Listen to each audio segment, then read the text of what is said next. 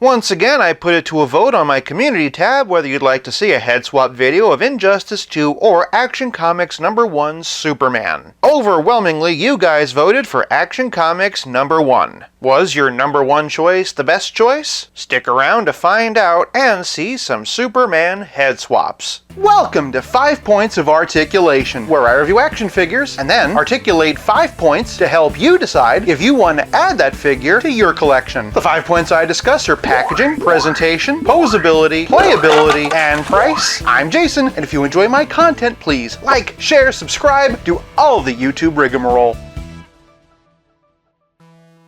Before I dig in, huge thanks to my friend and friend of the channel Jace for sending this figure along for me to check out. You can check out his YouTube page, JB the Toy Man, at the link in the description below. Starting off with the packaging, and I will say the new collector edition boxes are nice. We still have our name and logo, but now we have some silver foil to go with it. That runs down along the side, and with this year being Superman's 85th anniversary, that seals on the box as well. Peeking around, we can also see that they've added a number, and well, who am I to disagree that Superman's #1. Not just #1, but Superman from Action Comics #1. And if you've never seen the most famous comic book cover in history, well, here you go. Take a good long look at that design because we're going to be revisiting during presentation. Also, if you've ever seen the cover, you know this is a shoulder to a guy who looks very, very concerned. Not gonna lie, I'm a little bit bummed out that that got cut off. We do have this guy, though, feeling around for some spare change to actually afford this figure. Again, it's nice, but is it $30 nice? That's really more of a conversation for price. As for packaging, I'm giving Action Comics #1 Superman 1 whole point. Moving on to presentation, and Superman stands at 7 inches. What to say about this Superman the Infected /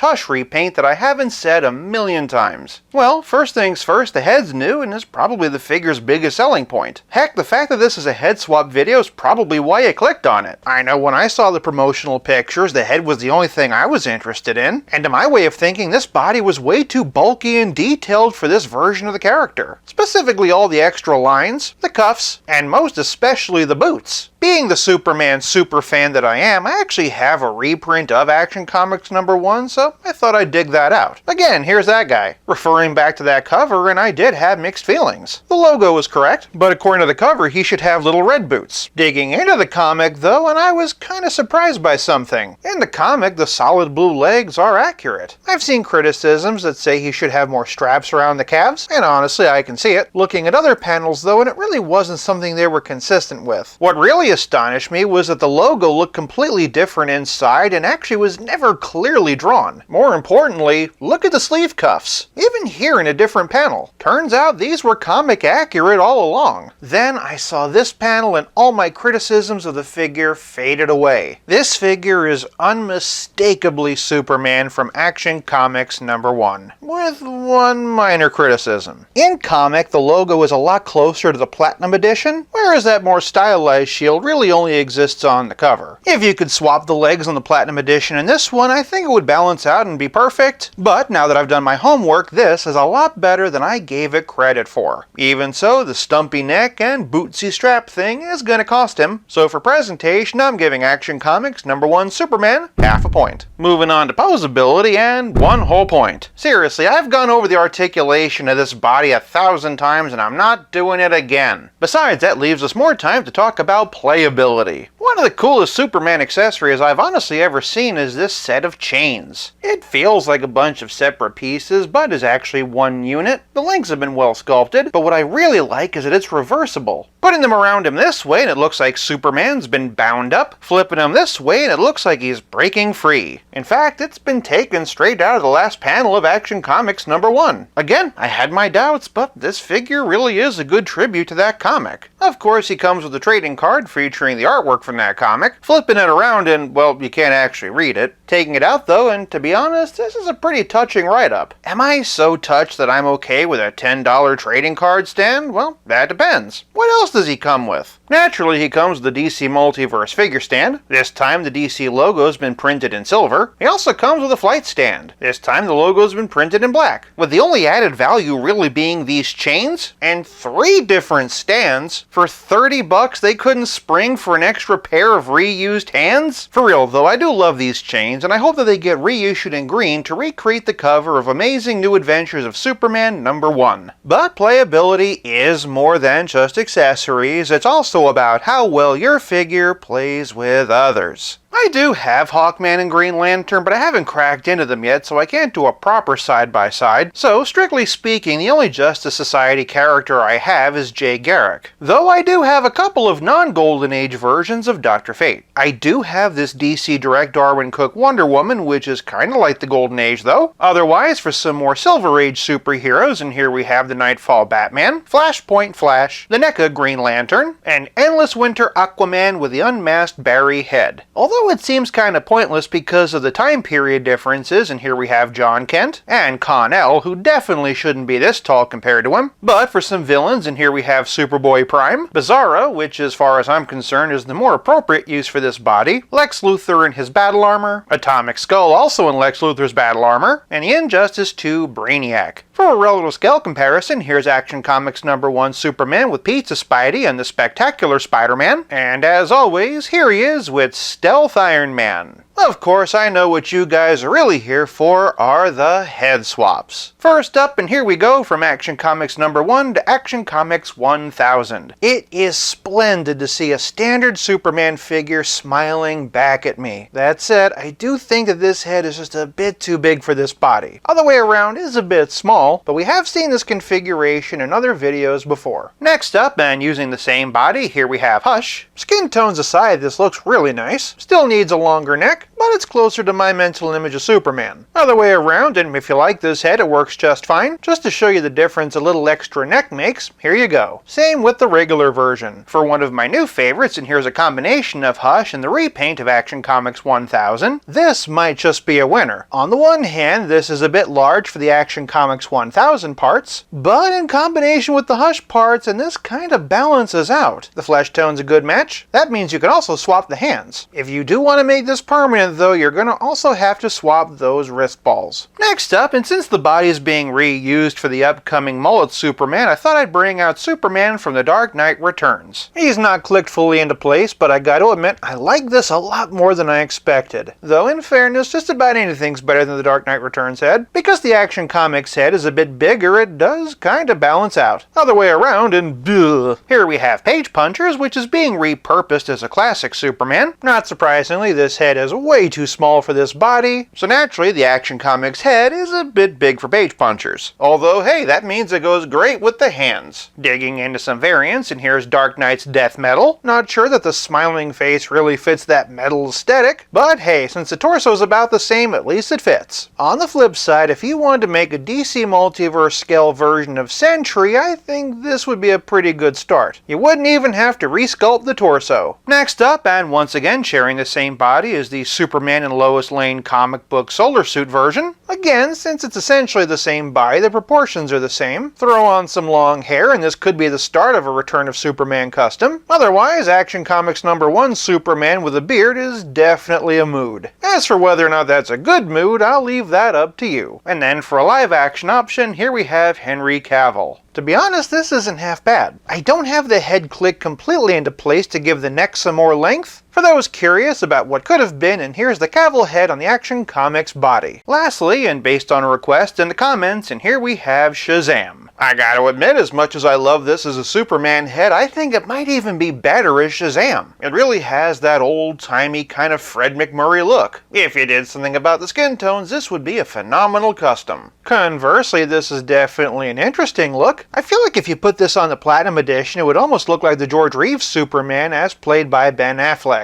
If only this head was a skosh smaller, I think it could have been a near universal substitute, but even as is, it does provide a lot of options, and with a growing number of Justice Society era figures to pose him with, for playability, I'm giving Action Comics #1 Superman 1 whole point. This leaves us with nothing left to discuss but the price, and the question of the hour, is this figure worth $30? No! This figure, the chains, one stand and a card for $20 would have been perfect. For $30, I feel like I'm being taken advantage of. And that's to say nothing of the false scarcity of the Platinum Edition, which a lot of us probably would have preferred. For price, I'm giving Action Comics #1 Superman 0 points for a not-so-super total of 3.5 out of 5. Which look do you prefer, this or the Platinum Edition? Sound off in the comments below, and don't forget to subscribe so that you can vote on future videos. If you like this video, check out one of these. Thank you so much for watching. I'll be back again real soon, but until then,